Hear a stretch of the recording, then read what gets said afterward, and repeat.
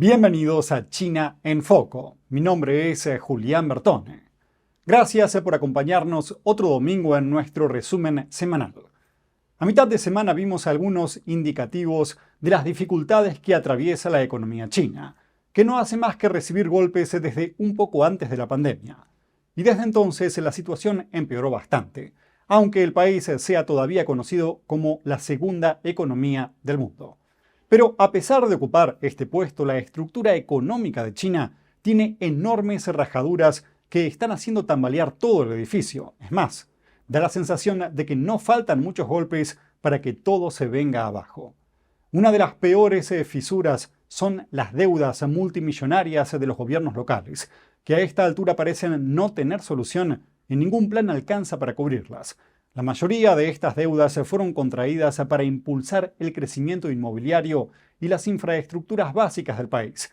Pero la burbuja inmobiliaria china no tardó en explotar y el sector hoy en día cayó más allá de poder recuperarse. A esta caída del sector se le suma la guerra comercial con Estados Unidos y Europa, que repercutió enormemente en el sector manufacturero del país y por supuesto en la tasa de desempleo. Pero eso no es todo. Hay otro problema del que venimos informando desde hace años y que está a punto de pasar factura a todo el país, y es la disminución de la tasa de natalidad, con lo que la población joven y activa de China es cada vez menor y se espera que llegue a un punto que no sea suficiente para mantener a la población retirada. Y a lo mejor esta sea la primera ficha del dominó en caer. Incluso un experto le puso una fecha tentativa de cuándo podría suceder. Miremoslo. Pero desde entonces la economía china siguió empeorando. En los últimos años muchas fábricas suspendieron su producción y una enorme cantidad de empresas quebraron debido a las tensiones comerciales con Estados Unidos y la Unión Europea, lo que llevó a una fuerte caída de las exportaciones. Esto agravó el problema de desempleo en el país y por supuesto llevó a otro incremento de la pobreza. Tanto es así que, según expertos, esta caída en la economía podría desestabilizar la legitimidad del régimen chino en el poder del país. En este contexto, el régimen comunista chino realizó una inusual conferencia sobre trabajo urbano por primera vez en 10 años, y a ella asistió el mismo líder del PSC, Xi Jinping, y otros miembros del Comité Permanente del Politburó. Observadores se muestran escépticos ante estos planes de renovación urbana y aseguran que su objetivo principal en realidad es mantener la estabilidad política en las ciudades. Aún así, en la reunión se plantearon crear ciudades modernas, innovadoras, habitables, bellas, resilientes, culturalmente vibrantes e inteligentes, con especial atención a impulsar una renovación urbana y una renovación de los barrios marginales y de viviendas deterioradas, y por supuesto todo acompañado de un refuerzo de la seguridad pública.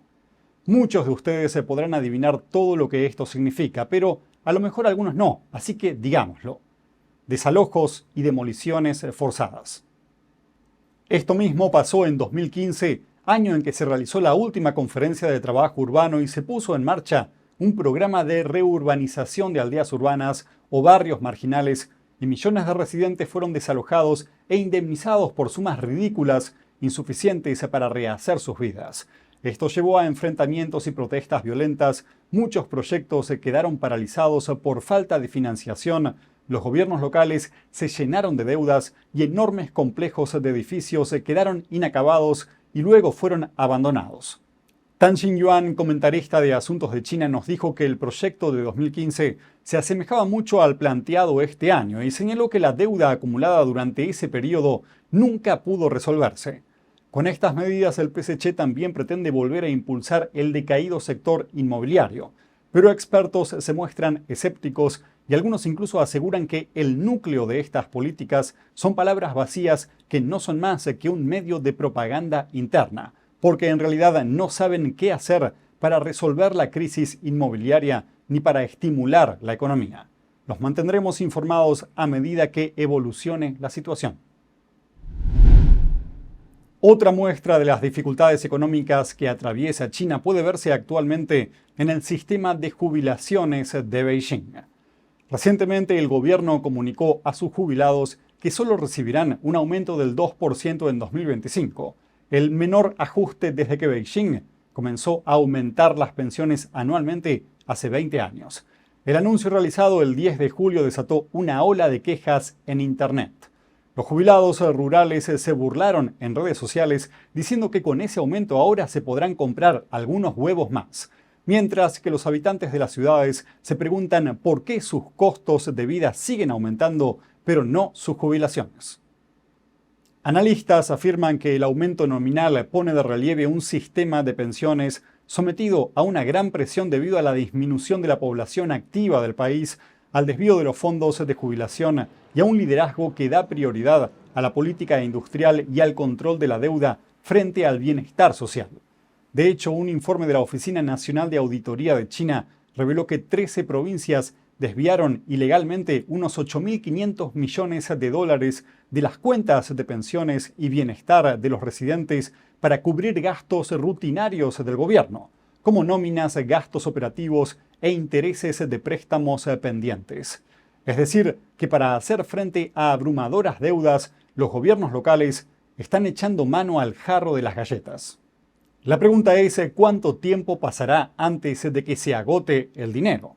Un grupo de expertos respaldado por el Estado chino, la Academia China de Ciencias Sociales, advirtió en 2019 que el principal fondo de pensiones estatal de China se agotaría en 2035 debido a que la población activa que contribuye a él se está reduciendo de forma constante.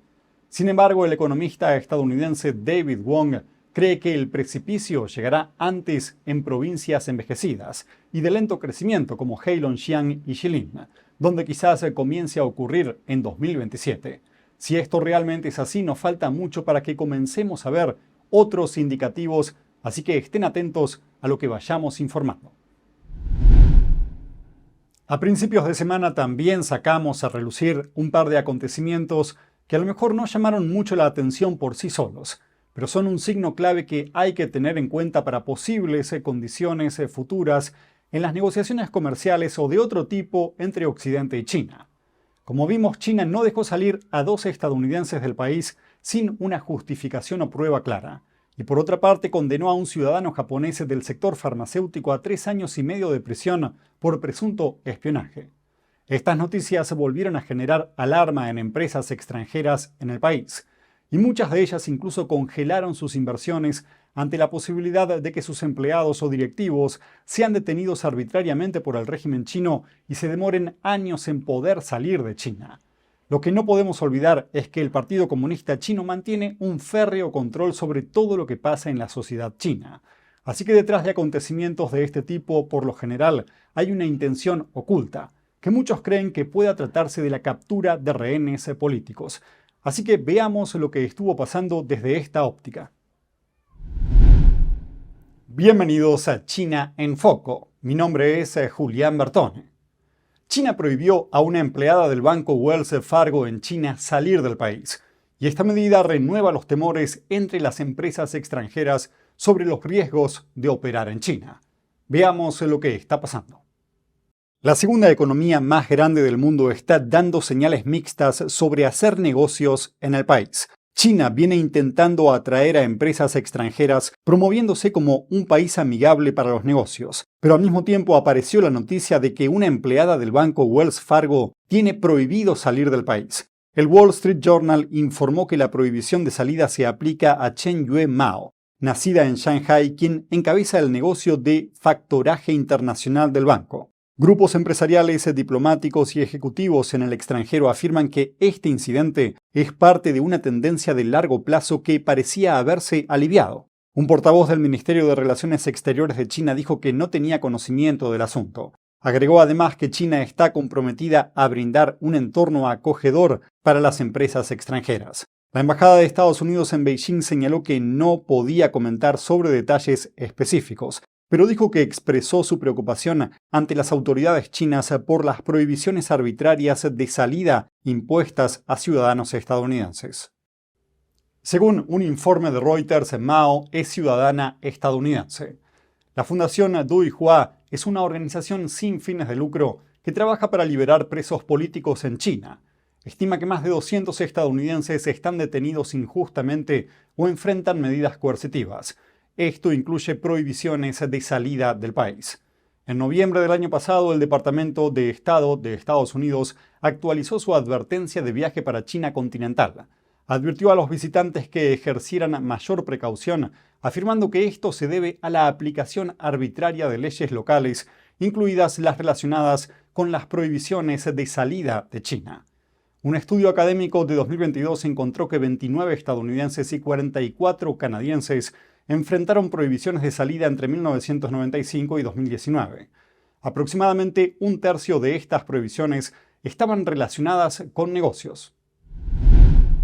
Bienvenidos a China en Foco. Mi nombre es Julián Bertone. En menos de una semana, 3 ciudadanos extranjeros cayeron en la mira de las autoridades chinas. 2 estadounidenses y un ciudadano japonés enfrentan ahora prohibiciones de salida del país o tiempo en prisión. El caso más reciente involucra a un empleado del gobierno de Estados Unidos, el primero de este tipo que se conoce públicamente. El empleado trabaja en la Oficina de Patentes y Marcas de Estados Unidos, que forma parte del Departamento de Comercio. Informes de prensa indican que es un estadounidense naturalizado originario de China. The Washington Post dio a conocer la historia el domingo y varios otros medios la confirmaron desde entonces. Según estos informes, viajó a China en abril para visitar a su familia, pero al aterrizar en la ciudad sureña de Chengdu fue detenido por las autoridades. Algunos informes vinculan su caso con la amplia ofensiva de Beijing en materia de seguridad nacional. Otros dicen que no declaró completamente su cargo en el gobierno de Estados Unidos al solicitar la visa. El empleado del Departamento de Comercio es, según se informa, un veterano del ejército de Estados Unidos y está impedido de salir de China desde hace meses. Una fuente dijo a The Washington Post que el gobierno de Estados Unidos instó al régimen chino a permitirle regresar. El Departamento de Estado de Estados Unidos emitió un comunicado advirtiendo que las prohibiciones arbitrarias de salida impuestas a ciudadanos estadounidenses por parte de China podrían perjudicar las relaciones bilaterales. En los últimos años, cada vez más extranjeros son blanco del régimen chino, a menudo sin razones claras ni procesos legales transparentes. Algunos de estos casos tardan años en resolverse. Hace 2 años, Beijing modificó su ley contra el espionaje, otorgando a las autoridades un poder más amplio para actuar contra cualquiera que consideren una amenaza a la seguridad nacional. La ley despertó serias preocupaciones entre las empresas extranjeras, llevando a muchas a replantearse operar en China. Irónicamente, los altos líderes de Beijing intentan atraer a más inversionistas extranjeros interesados en el país. NTD contactó al Departamento de Estado de Estados Unidos y a la Embajada estadounidense en Beijing para obtener comentarios, pero no obtuvimos una respuesta antes del programa. La pintura al óleo tradicional, inspirada en lo divino, genera compasión. Las obras de arte creadas en la verdad y la belleza iluminan el camino hacia la bondad. Redescubra el arte tradicional, reviva la cultura clásica. Cordialmente invitamos a pintores al óleo de todo el mundo a participar en el 7º Concurso Internacional de Pintura Figurativa de NTD, una celebración del realismo clásico. Visite oilpainting.ntdtv.com. Enfóquese en la belleza, muestre la naturaleza, comparta la bondad, sienta la rectitud. 2025, el 5º Concurso Internacional de Fotografía de NTD. Capture los momentos más hermosos a través de su arte. Sus obras se exhibirán en galerías y en múltiples plataformas en línea, para que el público las admire y las coleccione. Visite foto.ntdtv.com. Cada día trabajamos para traerles noticias reales sobre China y su impacto en el mundo. Historias que muchos prefieren no contar. Si valoran este contenido, ahora pueden apoyarlo a través de Patreon. Hagan clic en Súmate, inicien sesión con Google, Apple, Facebook o su cuenta de Patreon y con una contribución recibirán acceso anticipado a nuestros videos y notificaciones personalizadas directamente de nosotros. Gracias por estar ahí. Su apoyo fortalece este esfuerzo por informar con libertad. Y eso es todo por hoy en este resumen semanal. Muchas gracias por acompañarnos y nos vemos durante toda la semana que viene.